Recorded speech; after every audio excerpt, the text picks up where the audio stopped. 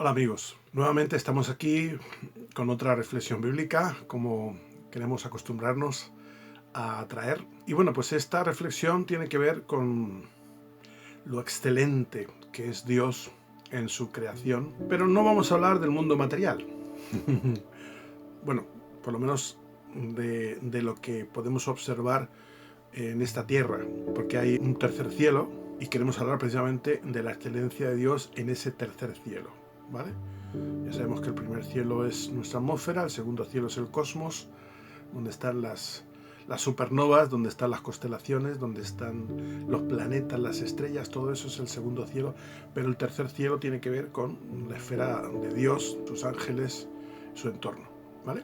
Dios, como constructor del universo, por lo que podemos observar, pues es de una inteligencia e ingeniería indescriptible. Lo podemos ver en lo más pequeño de la materia y lo podemos ver en lo que hoy detectan los telescopios, etcétera, etcétera.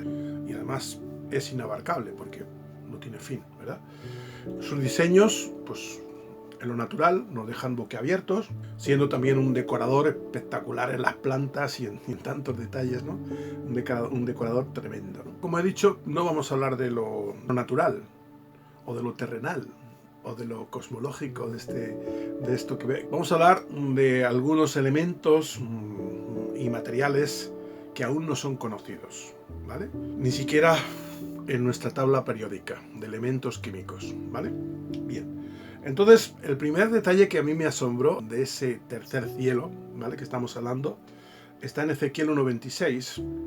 Dice, y sobre la expansión que había sobre sus cabezas, se veía la figura de un trono que parecía piedra de zafiro. ¡Wow! También dice que Moisés en Ezequiel 24:10 dice, vio Dios al Dios de Israel bajo un embaldosado de zafiro. O sea que ahí hay un elemento que es el zafiro y que en este caso habla de baldosas, embaldosado de zafiro.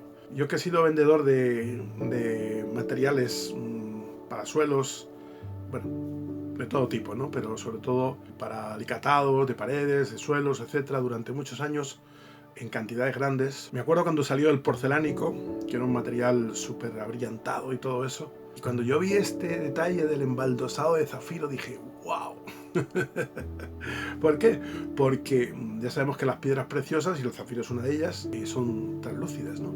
Transparentes, no transparentes definitivamente, pero translúcidas es la palabra.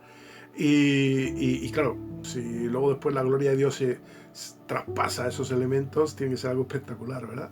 Bueno, pues ahí vemos el trono de zafiro, que nos dice Ezequiel, y el embaldosado de zafiro, que nos habla Moisés, ¿vale? Ya tenemos una piedra preciosa ahí funcionando en toda esa zona del trono de Dios. También Ezequiel 1:27 y 28 nos habla de alrededor del trono. Dice, tenía un resplandor alrededor como parece el arco iris que está en las nubes el día que llueve. Así será el parecer del resplandor alrededor. O sea, aparte de ese zafiro que parece que está en varios lugares, en el trono, en las baldosas, etc. Luego después hay una especie de arco iris que lo rodea, ¿vale? Pero es que prácticamente descrito igual que el apóstol Juan, ¿vale? En Apocalipsis 4:3 dice, había alrededor del trono un arco iris semejante al aspecto de la esmeralda. Bueno, pues parece que lo que predomina en ese arco iris alrededor del trono es el color esmeralda, ¿vale? El verde, vamos a decirlo así, pero también translúcido.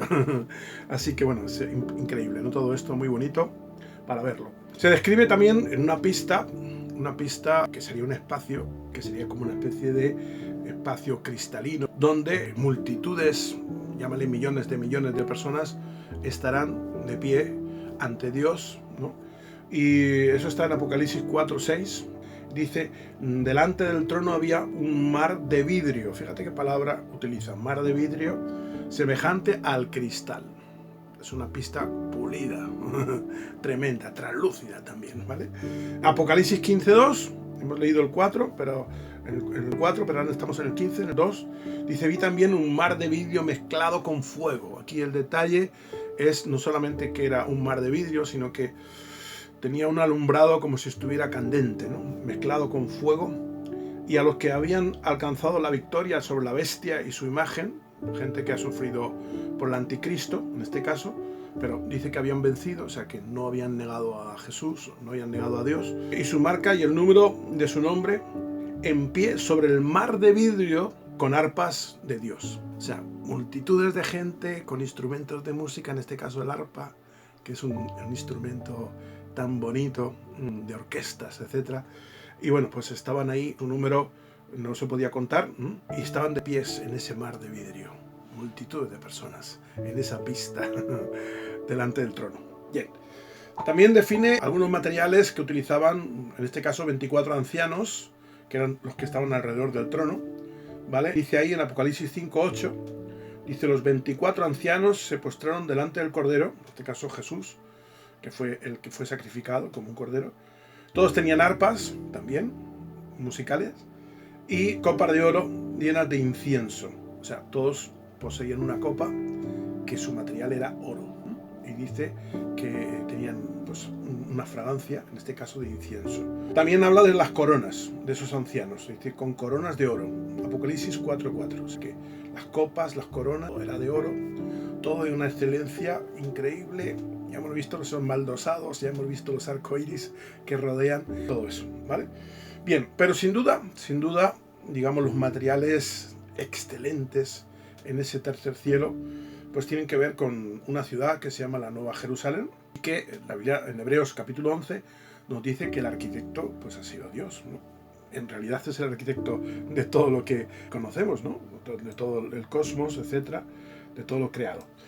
Bien, entonces ahí en Apocalipsis 21, 10 y 11, voy a leerlo, dice: y me llevó en el espíritu a un monte grande y alto, y me mostró la gran ciudad santa de Jerusalén, que descendía del cielo de Dios, viene del cielo, de ese tercer cielo, teniendo la gloria de Dios, y su fulgor era semejante a una piedra preciosísima. O sea, toda esa ciudad como que viene brillando, pero como con un fulgor. Claro, es que los materiales, la mayoría de ellos son translúcidos, ¿vale? Ahí dice preciosísima como piedra de jaspe, diáfana como el cristal. Algunos comentaristas dicen que, claro, como la Biblia fue escrita en el primer siglo, no se conocía el diamante como tal, ¿vale? Con la palabra diamante, pero que ese jaspe que están mencionando era el diamante, ¿vale? Así que toda la ciudad sería como un diamante tremendo.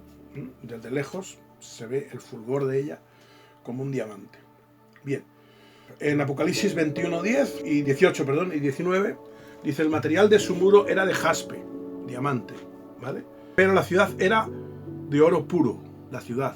Algunos dicen que querían llevarse en el ataúd un lingote de oro y cuando fueron al cielo dijeron: ¿pero qué haces si aquí todas las piedras y todos los elementos de la son de oro? O sea que tú, aquí no tiene valor.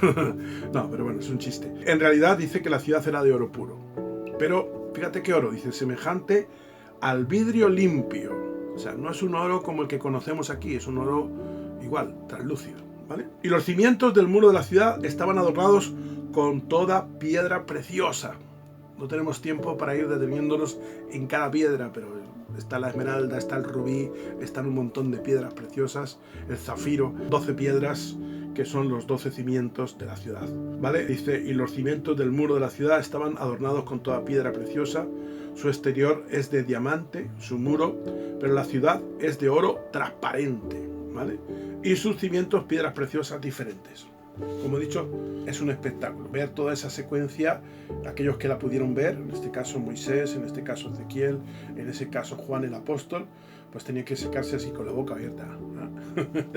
Bueno, Apocalipsis 21, 31 dice: la ciudad no tiene necesidad ni de sol que brillen en ella, porque la gloria de Dios la ilumina y el Cordero es su lumbrera.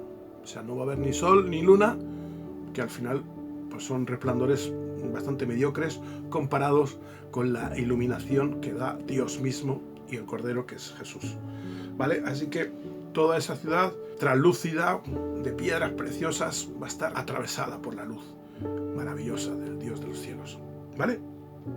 Apocalipsis 22:5: no habrá allí más noche y no tiene necesidad de lámpara ni de sol, porque Dios el Señor los ilumina y reinarán por los siglos de los siglos. Bueno, pues son flashes que nos da respecto a ese tercer cielo y respecto a esa ciudad que está en el cielo y que es la morada de Dios en la actualidad, pero que un día va a descender no a este cosmos, esta tierra, sino a unos cielos nuevos y a una nueva tierra donde el hombre va a vivir en ese lugar con un cuerpo glorificado, un cuerpo nuevo, que no se cansa, que no vamos a necesitar dormir para recomponernos, sino que vamos a estar adaptados perfectamente a esa luz tremenda que lo llena todo y la alegría continua, y vamos a estar allí en esa ciudad tremenda.